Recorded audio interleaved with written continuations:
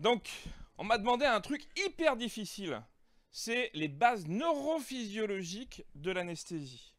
Hyper difficile parce que synthétiser le cerveau, c'est quand même quelque chose de très complexe. Alors l'anesthésie, depuis cette première anesthésie qui doit dater des années 1800, elle a énormément progressé, on a sécurisé l'anesthésie, mais on ne sait pas encore bien comment ça marche. Et surtout comment autant de molécules qu'on a à disposition vont agir, comme le pentobarbital, comme le xénon, alors que c'est des gaz. Pourquoi on entraîne un état d'anesthésie générale et pourquoi, quelle que soit l'espèce, on arrive à endormir un chimpanzé, un président de l'ASFAR, un Lionel Velli. Alors, vous le savez tous, c'est des agents GABAergiques. Ça, je crois qu'on le sait tous. C'est-à-dire qu'on connaît très bien l'étage moléculaire. Alors, je vais vous rajouter deux petits récepteurs qui sont hyper importants.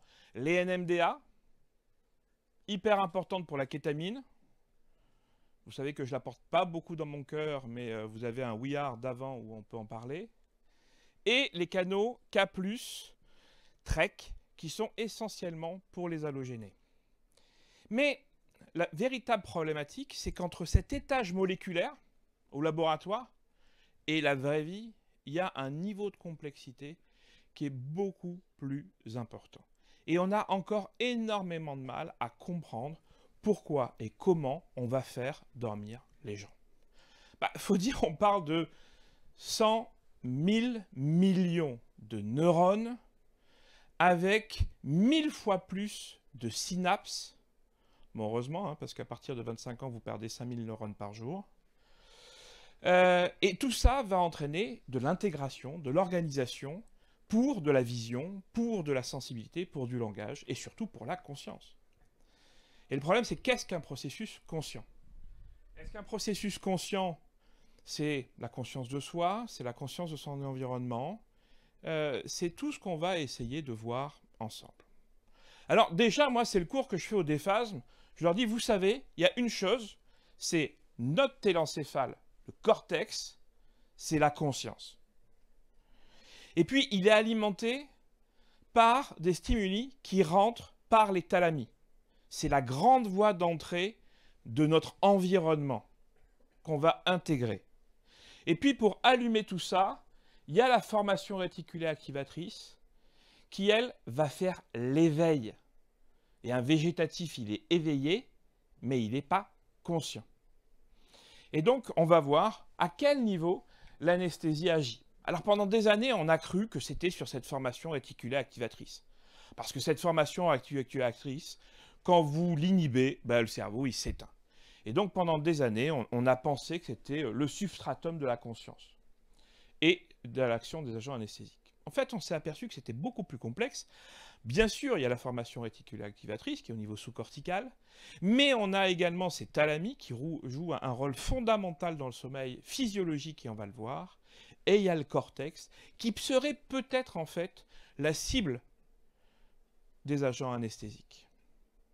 En tout cas, l'anesthésie, c'est également un phénomène complexe, parce qu'il n'y a pas que la perte de conscience.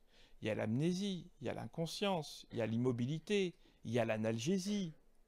C'est le concept de l'anesthésie balancée. Et dès là, on s'aperçoit que, avec des concentrations différentes d'agents anesthésiques, on obtient des choses différentes.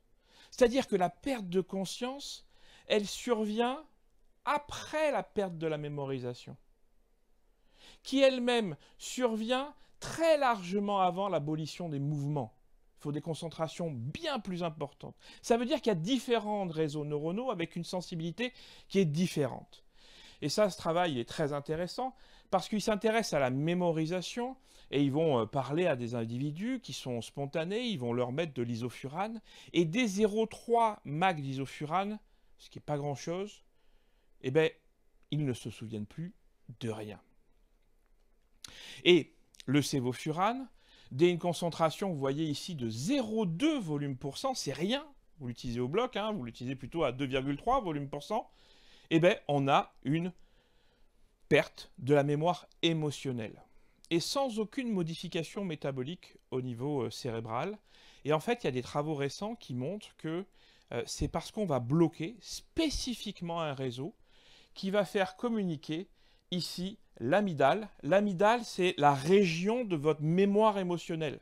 Un cri de bébé, vos poils qui se hérissent, c'est l'amygdale qui fait ça. Et donc l'amygdale, en fait, elle ne communique plus avec l'hippocampe, qui est votre mémoire, avec cette petite concentration de sévofurane. Donc chaque réseau neuronal a sa propre sensibilité. L'audition, en fait. L'audition, ben, dès 1% de sévofurane, vous allez bloquer l'audition. Donc ça aide aussi à ne pas mémoriser. Alors, je dois rendre hommage à nos amis qui ont participé à une lourde contribution dans les mécanismes d'action des agents anesthésiques, parce qu'on leur a fait quelques misères, comme ici, où on leur a coupé le cerveau, juste au-dessus du sous-cortex, et on s'est intéressé à déterminer la MAC, la concentration alvéolaire minimale inhibitrice du mouvement. Et en fait, on a vu que les animaux avec ou sans cerveau, eh ben, ils avaient exactement la même MAC. Ça veut dire que le mouvement n'est pas sous le contrôle du cerveau. Et là, ils se sont amusés à aller plus bas. Alors, c'est un peu plus touchy d'aller plus bas au niveau de la moelle, où ils ont fait une section C6, C7 par le froid, parce que comme ça n'entraîne pas de vasoplégie. Et ils se sont aperçus que là encore, il n'y a pas de modification de la MAC. C'est-à-dire que quand vous allez faire mal, très mal à un individu, il va bouger alors qu'il n'a plus de cerveau et plus de sous-cortex. Ça veut dire que probablement qu'une énorme partie du mouvement per anesthésie est un mouvement qui est lié à l'action spinale des agents anesthésiques et non pas à une action corticale ou sous-corticale.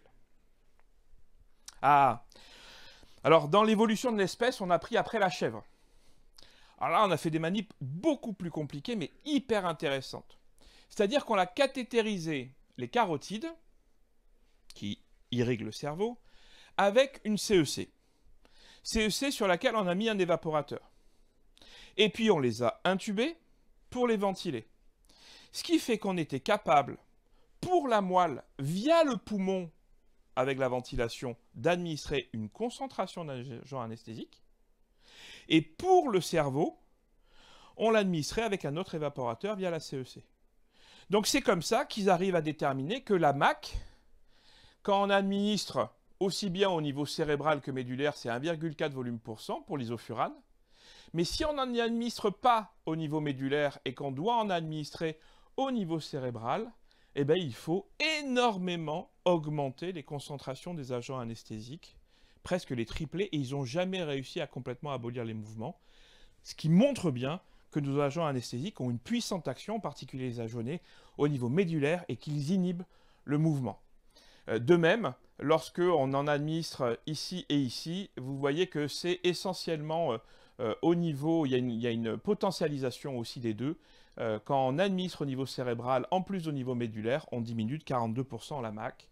Donc il y a une interaction en plus assez complexe entre les deux.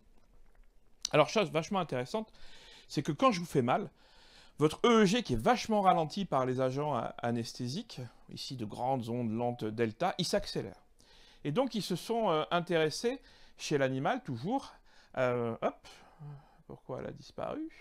Voilà, à regarder ce qui se passe quand j'administre l'isofurane qu'au niveau cérébral et que je fais mal. Mais si je fais mal, il y a une petite activation thalamique, puis corticale. Ce qui veut dire que l'information, elle parle par le thalamus de la douleur, puis elle va au niveau du cortex. Et si je refais très mal derrière, ou que je fais plein de simulations douloureuses, là, je vais passer cet interrupteur thalamique et je vais réveiller le cortex. Alors, c'est passionnant parce que ça veut dire que quand on va faire des morphiniques, en fait, on va inhiber cette transmission de l'information et ce réveil cortical à la douleur.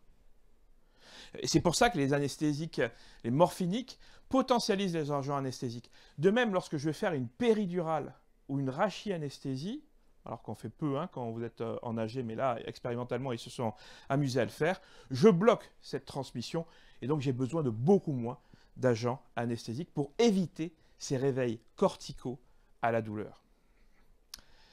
Décidément, Et donc, c'est pour ça que quand vous regardez l'évolution d'un moniteur de l'anesthésie, qui s'appelle le BIS, ici avec de très très faibles doses d'un agent qu'on n'utilise plus, mais c'était joli comme modèle, vous avez plein de variations avec des réveils juste après, réveils corticaux, ce qui ne veut pas dire qu'il est conscient, hein, juste après l'incision, avec de fortes doses de morphinique, vous lissez ces micro-activations corticales.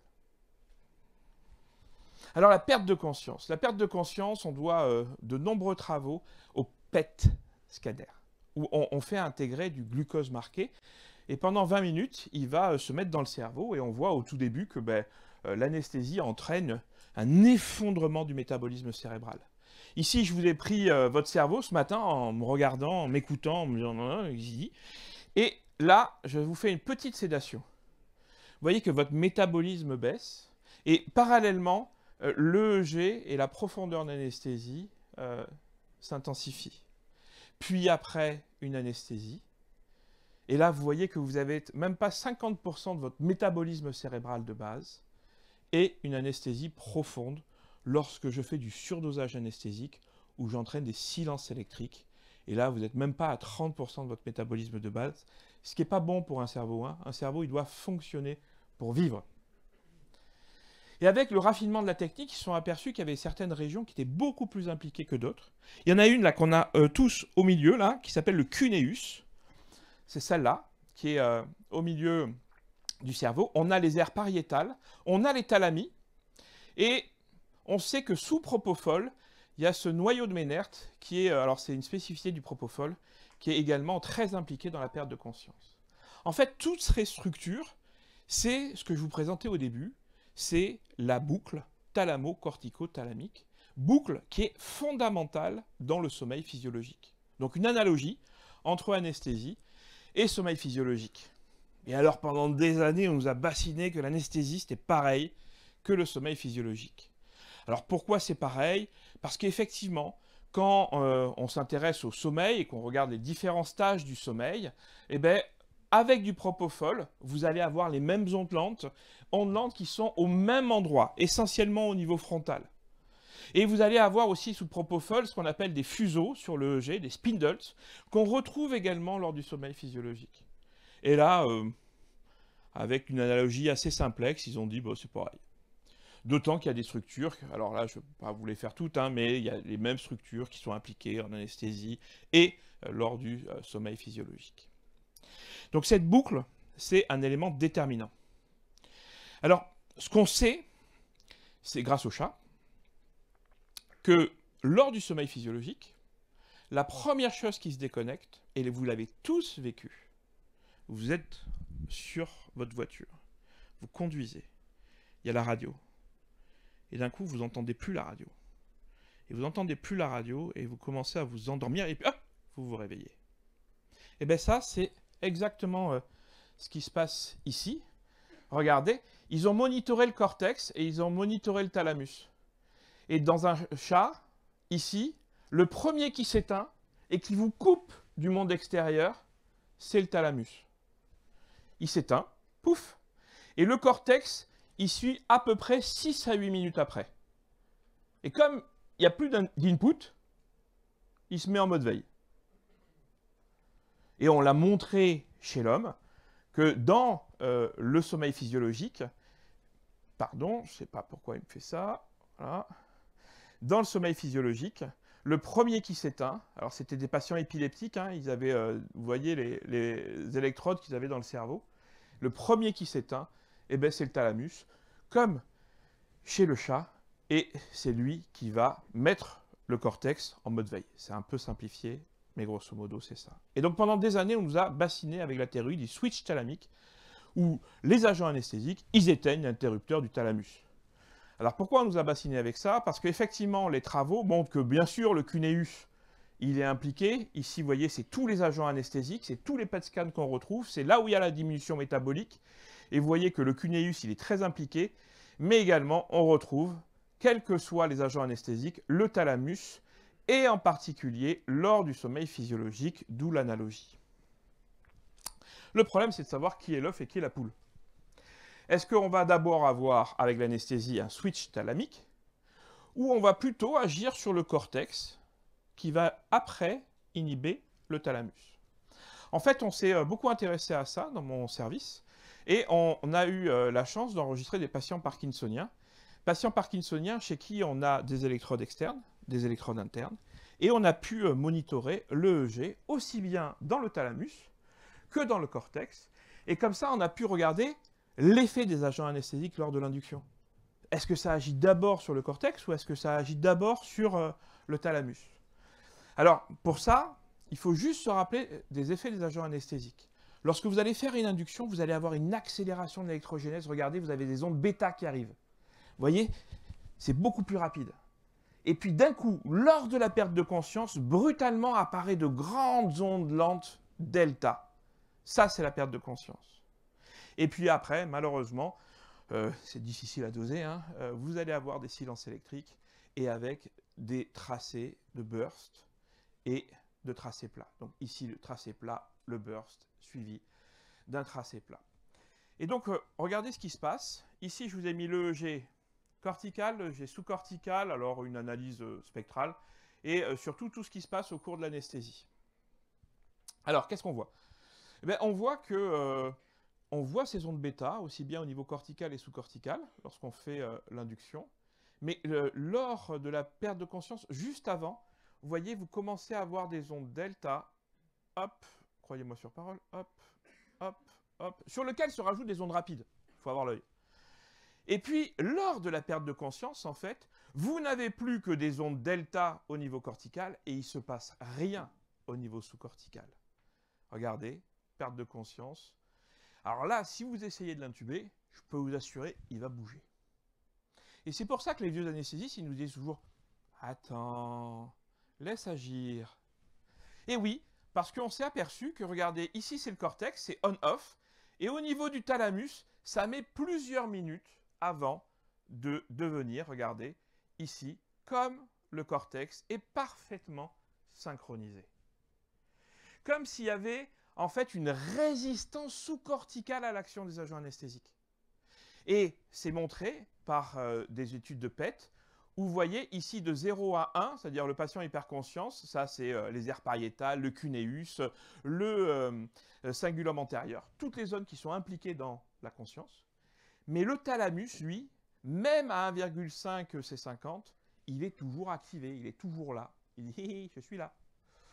Et donc ça, c'est chez des singes avec de l'IRMF, et il montre que si je fais une stimulation, je fais mal, et bien, sous 1% d'isofurane, hop, ça active les thalamies, puis le cortex somatosensoriel. Et si je monte, j'inhibe tout le cortex, mais j'ai encore le thalamus qui est activé. Il y a une véritable résistance sous-corticale. Alors comment on peut expliquer ça? Je vous l'ai dit au début, c'est des GABAergiques. Et si vous regardez ici le nombre de récepteurs GABA-A en fonction des territoires et la baisse métabolique induite par le propofol, on s'aperçoit que le cortex frontal, il y a énormément de récepteurs GABA-A, mais dans le thalamus, il y en a très peu. Il y en a, vous voyez, ici, c'est des séries autopsiques chez l'homme, le nombre de récepteurs frontaux et thalamiques. Et quand on marque avec du flunazenil, vous connaissez tous, hein, l'annexate marqué, qui va se fixer sur le récepteur GABA, dans les thalamies, il y a un énorme trou, il n'y en a pas. Parce que les thalamies, ils sont nicotiniques. Il y a énormément de récepteurs à la nicotine. Et c'est pour ça que j'adore cette manip. Ce rat, il a une électrode, un conduit, où on peut injecter, on va injecter de la nicotine directement dans ses thalamies. Il est dans une enceinte où on est à 1% d'isofurane. Là, il ronfle, hein. Il dort bien. Il dort bien, et vous lui injectez de la nicotine, alors qu'il a 1% d'isofurane, hein, il se réveille. D'accord? Il est parfaitement réveillé. Parce que si je réactive ce switch, que je stimule très fort ce switch, je vais avoir une activation corticale. Mais mes agents anesthésiques, contrairement au sommeil physiologique, ils agissent essentiellement sur le cortex. Et le sous-cortex, c'est plusieurs minutes plus tard. Donc la perte de conscience, quand ça c'est des courbes ROC, quand c'est un carré, ça prédit parfaitement. Quand c'est ça, c'est vraiment pile ou face. Et le sous-cortex, il ne prédit pas du tout la perte de conscience. En revanche, le sous-cortex, il prédit super bien si le patient il va bouger ou pas lors de la laryngoscopie. c'est la target du mouvement. Donc, quand vous êtes au bloc opératoire, le moniteur d'anesthésie, il vous sert à savoir si conscient, pas conscient, mais clairement pas mouvement. Parce que le mouvement n'est pas quelque chose de conscient. Alors, toujours dans le match anesthésie versus sommeil physiologique, on a eu la chance d'enregistrer le même patient sous anesthésie et la veille de son intervention lors du sommeil physiologique. Et vous voyez, c'est magnifique. Ici, le cortex, paf, perte de conscience. Le sous-cortex, progressivement. Et là, c'est, ici, il est éveillé. Les thalamies sont activés à plein. Schlac, ils s'éteignent. Et lorsqu'ils s'éteignent, vous avez le cortex qui plonge progressivement au cours des différentes phases du sommeil. Alors, les parkinsoniens, ils dorment mal. Donc, il y a plein de micro-réveils. Et là, vous allez me dire, je ne comprends pas. Ici, là, il n'y a plus d'activité au niveau thalamique et il y a une pleine activité corticale parce qu'il est en sommeil paradoxal. Donc, le switch thalamique, ce n'est pas ce qui se passe au cours de l'anesthésie, c'est ce qui se passe au cours du sommeil physiologique. Bon, alors comment ça marche au niveau du cortex? Au niveau du cortex, la première chose qu'il faut que vous sachiez, c'est qu'un cortex endormi, il perçoit. Je n'ai pas dit qu'il intègre, j'ai dit il perçoit. Magnifique manip, où là, ils ouvrent les yeux d'un rat endormi, ils lui mettent un flash, et à chaque fois qu'ils mettent un flash, ils ont une flash ici, une réponse sur le EEG. Et ça, c'est chez l'homme. Chez l'homme, c'est de l'IRMF, et vous avez 3 niveaux, éveillé, sédation, anesthésie. Et il regarde dans un casque en envoyant du bruit par rapport à du silence. Et vous voyez que, même sous anesthésie, vos aires auditives s'ouvrent. Après, quand c'est des mots par rapport à du bruit, ça devient un traitement un peu plus complexe. Et là, vous voyez qu'on a des aires chez les éveillés qui s'activent, qui sont très hautes au niveau cortical. Et sous anesthésie, elles ne s'activent pas. Et ici, quand c'est des phrases versus des mots, c'est-à-dire que j'ai des mots qui sont dits dans un sens qui ne veut rien dire, où je construis quelque chose qui a du sens, j'ai encore des aires en plus, à chaque fois c'est en plus qui s'activent, et dès la sédation, ça disparaît. Donc on casse le processus, non pas de perception, mais d'intégration. Il faut quand même dire à l'orthopédiste que pas trop dire de conneries quand même. Alors comment ça marche ce processus conscient? C'est un magnifique concept qui s'appelle l'espace de travail conscient qui a été réalisé par Dehaene et Nakache. L'idée c'est que voilà, quand vous êtes dans une IRM, quand on fait de l'IRMF, c'est les aires qui sont réveillées et c'est ce qu'on appelle l'état de conscience. Vous avez vos aires pariétales, le cingulum, le cuneus. D'accord?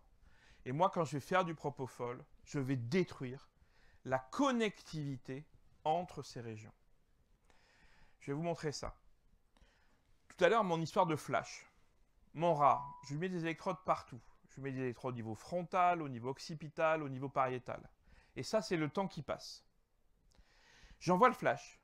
Ça va directement au lobe occipital, cortex somatosensoriel primaire. Puis ça va au niveau pariétal, ici en rouge. Puis ça va au niveau frontal, devant le cerveau.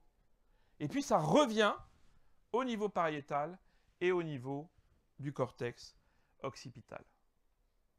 Et bien sous anesthésie, ça va au niveau occipital, mais je casse la communication entre les différentes aires corticales. Et chez l'homme, c'est pareil. Là, on fait une stimulation magnétique transcrânienne. Et en fait, ce qu'on va voir, regardez, sous propofol, alors déjà éveillé, quand vous faites une stimulation, paf, ici, ça part en postérieur, ça va en antérieur à 100 millisecondes, ça revient en postérieur à 150 millisecondes, et ça s'éteint au bout de 200 millisecondes. Et on dit que vous avez perçu quelque chose de conscient si ça entraîne une activation de votre cerveau pendant 200 millisecondes. Si c'est inférieur à 200 millisecondes, vous n'avez pas mémorisé, vous n'avez pas compris ce qui vous arrive. Et avec du propofol, en fait, il ne se passe rien. C'est-à-dire que vous stimulez, la stimulation reste à l'endroit où vous avez stimulé. Il n'y a pas de communication entre les différentes aires corticale, et c'est valable avec le xénon, c'est valable avec tout. Et on sait maintenant que, même chez l'homme, c'est le même process, c'est-à-dire que vous allez casser cette communication fronto-antérieure. Et cette communication fronto-antérieure, c'est pas les neurones, c'est ces câbles qu'on appelle les câbles de fibre blanche. C'est le truc où on dirait que ça sert à rien, mais en fait c'est toute la connectivité entre les différentes aires corticales, et en particulier avec des faisceaux, comme le faisceau sagittal longitudinal, qui va faire communiquer l'antérieur du postérieur, ou le côté droit avec le côté gauche, avec le corps calleux. Et donc tous ces faisceaux, c'est là où agissent nos agents anesthésiques, parce que ces faisceaux sont GABAergiques, et on va inhiber leur communication.